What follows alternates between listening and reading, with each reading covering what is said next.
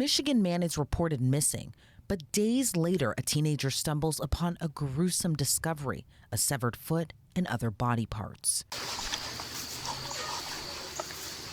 We got the key. Got the key. We have the key. Key master. You have it.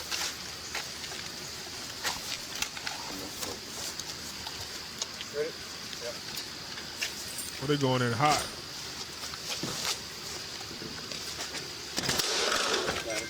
The disturbing case unfolded on September 18th when 41-year-old Justie Stilwell was reported missing. Detectives reportedly retrieved surveillance video from his neighbors days before he vanished. It showed Justie driving from his home in Bay City, Michigan on September 14th. However, he never returned. Investigators soon learned he was actually on his way to meet someone, another man he met on the dating app Grindr. But Justie would end up having a fatal encounter when meeting his date. Unknown to his loved ones at the time, they seemingly worried when he didn't show up to work on September 18th and reported him missing. On the same day, a horrific discovery was made along the shoreline of a local river. That's where a teenager reportedly spotted a foot and more severed body parts, including arms and legs in the Saginaw River, that were confirmed to be the body of Justie Stilwell. Detectives learned in their investigation through Justie's friend he was going to meet a user on the dating app under the handle Board. Authorities tracked the so-called Board's location to the home of another Bay City man, 40-year-old Robert Tweedly Jr. In Bodycam video obtained by Law and Crime, it shows police arriving to Tweedly's home on September 25th, armed in tactical gear to execute a search warrant.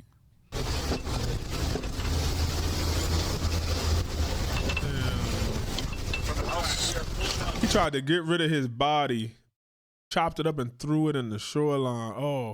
Yeah, just make it a driver's side. Driver's side. Driver's side. Driver's side. No car in the shoe. There's a Mustang in the drive. Lights get red.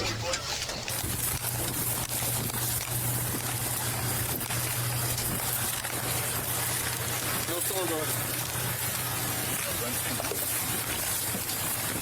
State police, search warrant. State police, search warrant.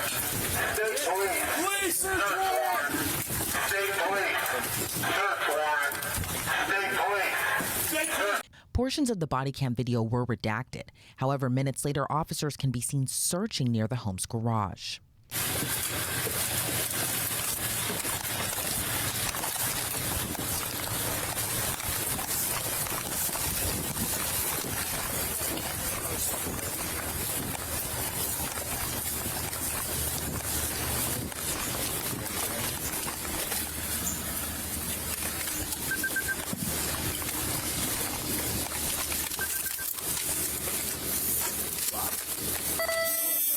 Nope. They said they had a key. Do they have a key? Yeah, they supposed to have a key. Let's just not together. I'll take one from back there.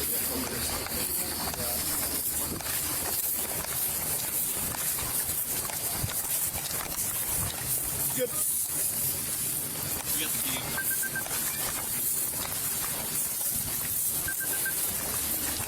Got it.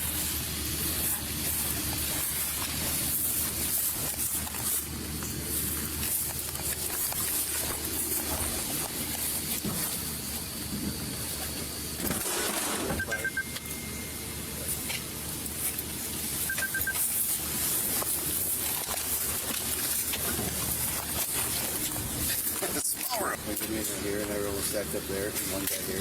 I'm sure they could smell that if a body was in there chopped up. I'm sure. So this whole side is this one. Yes. I held hard on that long room. So we should have tucked in with us. Right after that, right? We went in, came out of that room. I was number 2. Did I have an open door, or everyone else pushed into that room to the right? No.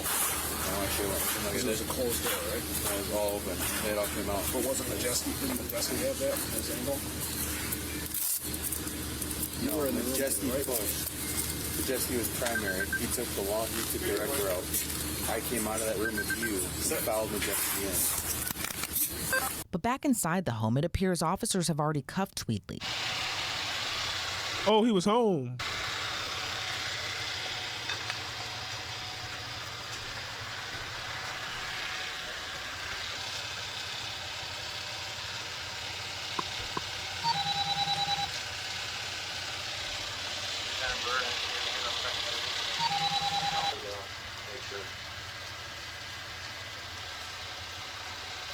I think we're good all the way back. It's just all the way back, just there? Yeah, just the basement.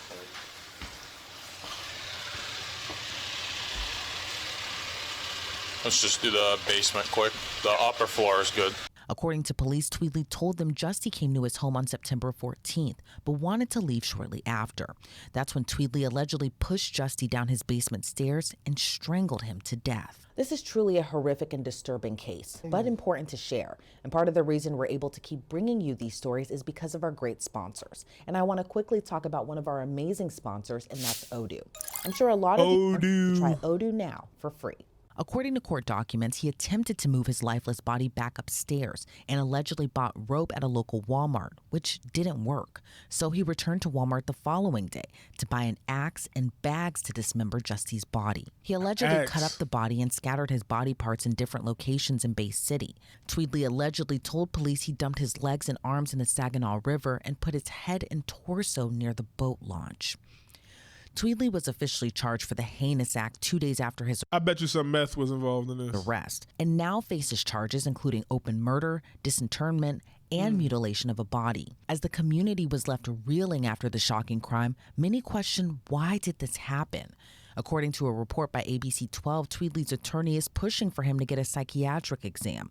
Tweedly reportedly has a history of mental illness and made troubling statements on social media in the past months and weeks leading up to the murder and even after. On September 15th, the day after police say Justie was killed, Tweedly posted on Facebook under a different username. He wrote, "I'm so tired I can't sleep at night. I cleaned my house today. I got back on a cleaning kick. Just wish I had the right cleaning supplies, LOL." He even reportedly made posts he was considering taking his own life. 2 days before his arrest, he wrote on social media, "Turning my life over to God." While the process to determine if Tweedly is competent enough to stand trial could take weeks, he remains behind bars in the Bay County Jail. Let's bring on retired FBI agent Colin Schmidt to break down this He's case turning his life over to God. That's funny. even further. Colin, it's so great to see you. You know, this case is disturbing on so many levels. A man meets another man through a dating app, goes over to meet him, really murders his date in his own home. Allegedly, excuse me. What is your reaction to this case? Well, it sounds like Allegedly, didn't he tell him that he kicked him and down the stairs and strangled him? What's allegedly about this that? person that was on the Grindr app that got the perpetrator was looking for a victim. Looks like he found somebody that was very vulnerable, and then probably thought that he could get away with it because this person didn't necessarily have a lot of family members or a lot of connection to the community. Then obviously this thing, went sideways very quickly, and then it was a horrific end to this person's life. And do you think that the defendant in this case was using the app as a way to kind of hunt for victims in a way? Well, I think that level of violence shows me that this may have happened again. To do something that horrific shows a level of comfort with the way he attacked that victim. So in terms of law enforcement, I'm sure they're looking at his phones and his background and everything else in his history to see if there's any other victims out there, especially the Grindr app, and looking at his activity on that app as far as who else has he had interactions with. And it's not enough just to murder Justie Stilwell. He allegedly dismembered his body and scattered the pieces in different areas, which is just horrific. In your experience, what's the process like investigating a dismemberment case as opposed to just a regular murder case? Well, it's basically common sense. I mean, you have to gather all the pieces together, literally, to make sure they're all part of the same body or crime scene. And then the fact that he did this demonstrates to me that he was. He claimed that it was because he couldn't move the body, but I think it's more that he got some sort of perverse pleasure out of doing this to this poor person. And then, of course, like I said, the law enforcement is going to have to gather all the pieces of evidence together and then test, make sure they're all part of the same crime scene. And like he's sitting there giving a crime scene, he sees like his kid or his girl or whoever it is trying to get the dog. He probably like, told you keep that dog in the room. And then from there, go on to the next level in terms of each piece. Unfortunately, the way it is what it is. They'll try to find evidence off of that links the body or the pieces back to the person that did this crime. And strangulating someone or choking someone to death seems like such a personal crime. But from what we know right now, that evening was the first time that they had actually met. What's your reaction to the defendant in this case allegedly choking the victim to death as opposed to, where we normally see like a shooting death or He felt comfortable, like, I could take this motherfucker. something a little less personal? Well, that kind of method of killing somebody indicates a very emotional connection and a level of violence, and emotional from two perspectives. Number one, either anger or from the perspective of he was getting some sort of positive feedback per se in his own mind from doing that to this victim. So for him to be that close and personal, it tells me, number one, that that there was some sort of he was getting some sort of perverse pleasure out of this, and secondly, he was very comfortable with the way he was doing this, which would indicate to me that there's possibly other victims out there. And a friend of the victim had alerted investigators. He went to meet up with what we now know as the user on the dating app under the handle Board. And then they tracked down Board to his location, Board being the defendant in this case. What all goes into retrieving cell phone data in cases like this? And do you think it helped investigators because Grindr does share users' locations? Well, I think that's exactly what they did. The law enforcement has gotten very sophisticated with using cell phones and these apps, and as well as that, the apps have also gotten very sophisticated with interacting with law enforcement to give them the information they're looking for. But it may have just been a matter of getting the person's cell phone, firing up the Grindr app, and then just seeing where the location points are. But the other thing is, excuse me, they may have got the victim's cell phone and pulled the location data off of that, and then they could go ahead and track it back to the perpetrator's house. Yeah. And then, of course, the next step would be once they get the perpetrator in custody, they're going to get his phone, and they're going to look at what's going on there, and certainly going to look at his Grindr activity. And police didn't just go to Tweedley's home and arrest him. They were armed with... They probably go and sit there and like look at his stuff and see, okay, this person, and see if any of them missing. Somebody gonna get a call. Hey, we seen you were talking to this Board guy. We just want to make sure you're still alive. All right, cool.